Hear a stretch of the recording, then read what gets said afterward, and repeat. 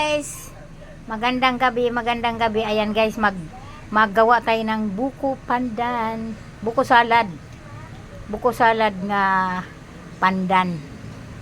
Pero ilagay ko daw to, nakakita sila ng gelatin powder na kulay red, ilagyan ko daw kasi maganda daw tingnan kapag may kulay color. Ito yung ating buko, yan, 2 cups buko o 3 pa nga yata, 3 cups buko. Tapos dito natin ihalo sa ating malaking bowl, yan. Tapos ito yung aking buko pandan na condensed, 2 lata na malalaki yan guys. At saka jersey condensed, jersey rin yata itong ano natin, buko pandan. Tapos all purpose jersey din 2.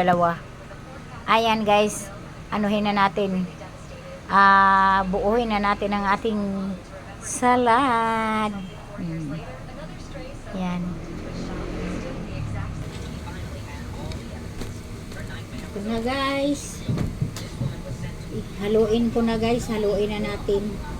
Pagsamahin na natin yung hinanda ko lang, pinambuksan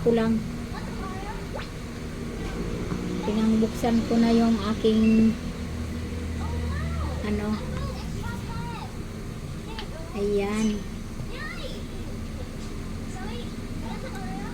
ihalo na natin. Ito na yung sago dito guys, ihalo ko na yung aking 2 condensed pandan. Huwag mo nang jut ba? Ay, ayan, ihalo na natin. Dali, simutin ko lang.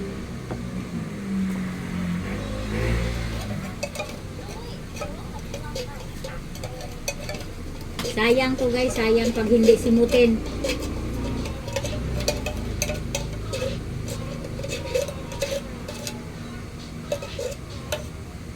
Ayan. Ayaw ko kasi maglagay ng food coloring, kaya 2 pandan na lang inano ko.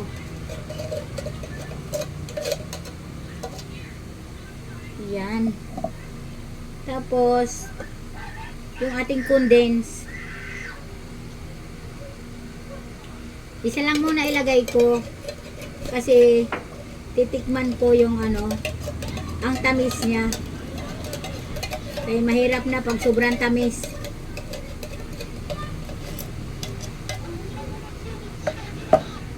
Tapos ang ating all-purpose cream,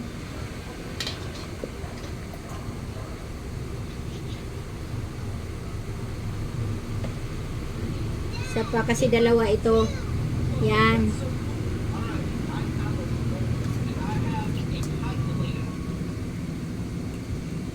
Yung panghalo ko kaya okay na to. Ayan.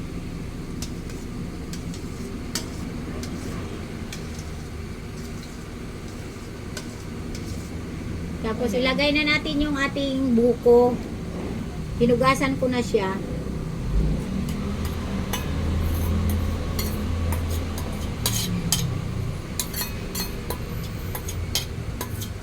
Yan.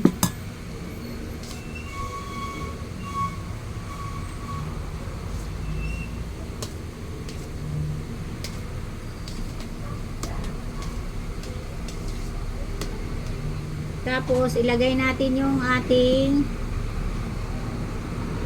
buko pandan na green. Yung sago natin na maliliit nandoon na, nauna na yun eh. Kasi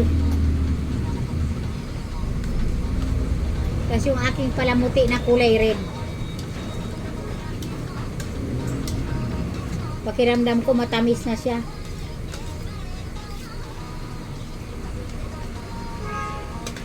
Tapos lagay natin yung kulay red na ano.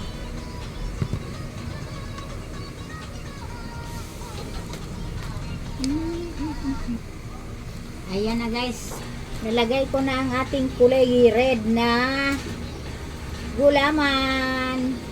O, di ba? Ako lang yung buko pandan nga kulay green. Ay, kulay red. Masarap daw to, sabi ng mga bata. Ayan. So, guys, mabinta na to, guys. Mabinta na to. Yung aking sago, dami maliliit.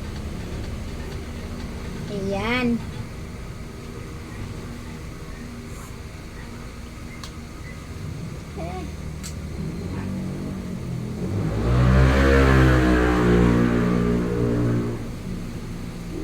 Ayan na, guys. Ilagay na natin sa ating freezer. Ay, palamigin na natin, hindi pala sa freezer. Ayan, guys. Itong pinatira talaga to kasi may paghaluan daw. Pinatira ng aking mga alaga. Ayan, guys, thank you for watching.